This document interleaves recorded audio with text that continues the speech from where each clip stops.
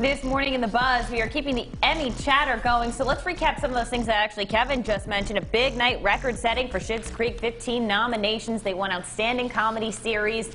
Dan Levy, Eugene Levy, Catherine O'Hara, Annie Murphy, the entire Rose family won in their acting categories. Also, big night for, as Kevin mentioned, Watchmen and Succession. Watchmen had 26 nominations. They won 4 awards. Succession, 18 nominations, 4 awards as well. And then he mentioned some of those snubs. What were some of the highlights for you? I mean, we were speaking the praises of Jimmy Kimmel. I think he did a great job. Jimmy Kimmel did the best job he could with everything that had to be tossed at him in a world that we all live in now. But some of the favorite moments were Dan, Eugene Levy's son sitting behind him, Dan, and when his dad won the Emmy.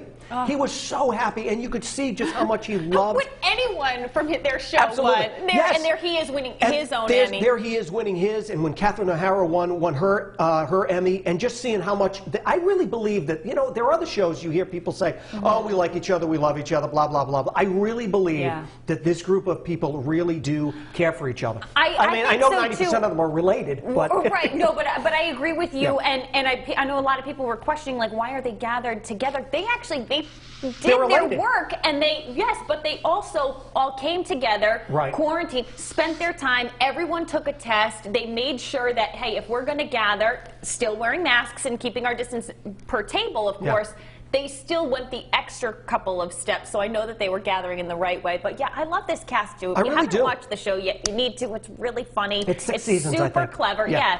Dan Levy was the writer, and he even thanked his dad, saying, I wasn't really a writer before. Thank you for allowing me to do this. So such a touching moment there. I love when Kimmel was doing his monologue, and they're cutting to shots of the audience, and then it cuts to him in the audience. So that was good too. To which he then says, this obviously isn't, real. We're pumping in some laughs, but I give him credit for making jokes with no one sitting there. I know when they pull the camera back and that they went over well. Right. That's got to be tough. Now, Watchmen was the big winner of the night last night as well, and it was one of those shows that it's something that I would really like. I didn't have it it's through HBO.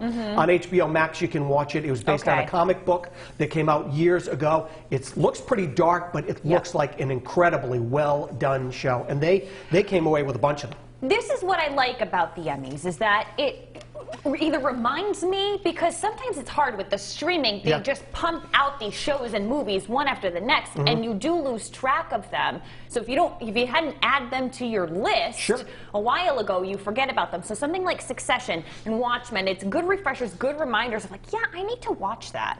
Or that was one that I was interested in, and I just forgot about it at the time. And look, one of my other favorites, and I would be remiss in saying this, is The Mandalorian. If you have Disney Plus and you are a Star Wars fan, or maybe not even a huge Star Wars fan like the original, The Mandalorian is done so well. It's such a great show. It moves along really quick. The season 2 is going to come out in October.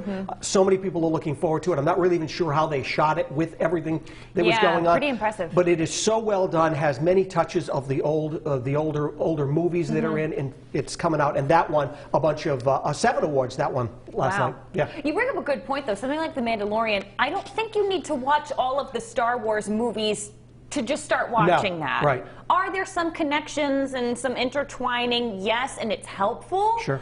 But I think you could probably just jump right in. Yeah.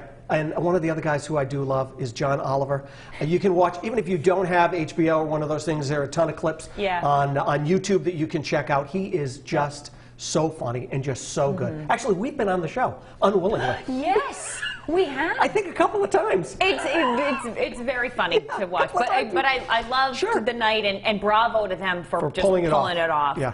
All right, Brendan, what are your thoughts? Any new shows that have to be on your list now? I'll get to that in a minute, but getting back to The Mandalorian, I love in Back to the Future when Marty uses the Mandalorian to get back to 1985. That's one of my favorite parts, Great. I like the Emmys. I mean, I was watching football last night, but I was flipping back and forth because I love television, and I thought that Jimbo Kimball did a great job.